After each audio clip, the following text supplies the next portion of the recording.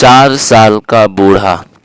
ایک دن ایران کا مشہور بادشاہ نوشیروان کہیں جا رہا تھا کہ راستے میں ایک بوڑھا ملا، جسے دیکھ کر بادشاہ نے پوچھا، بڑے میاں تمہاری عمر کتنی ہوگی؟ بوڑھے نے جواب دیا، جہاں پناہ کی عمر اور دولت زیادہ ہو، اس گنہگار کی عمر صرف 4 سال کی ہے۔ نوشیروان نے کہا، ہے یہ بڑھاپا اور اتنا جھوٹ! تمہاری عمر 80 برس سے کم نہیں ہو سکتی۔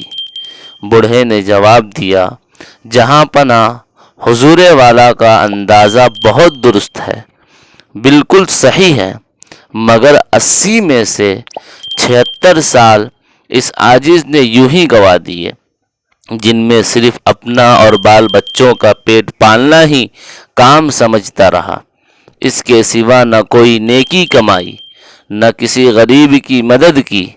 اب 4 سال سے یہ عقل آئی ہے کہ ہم لوگ فقط اپنے ہی لیے پیدا نہیں ہوئے ہیں، بلکہ دوسروں کا بھی ہم پر کوئی حق ہے، اور اب اس پر عمل کر رہا ہوں، اس لیے اصلی عمر صرف 4 ہی سال کی سمجھتا اور گنتا ہوں، باقی فضول۔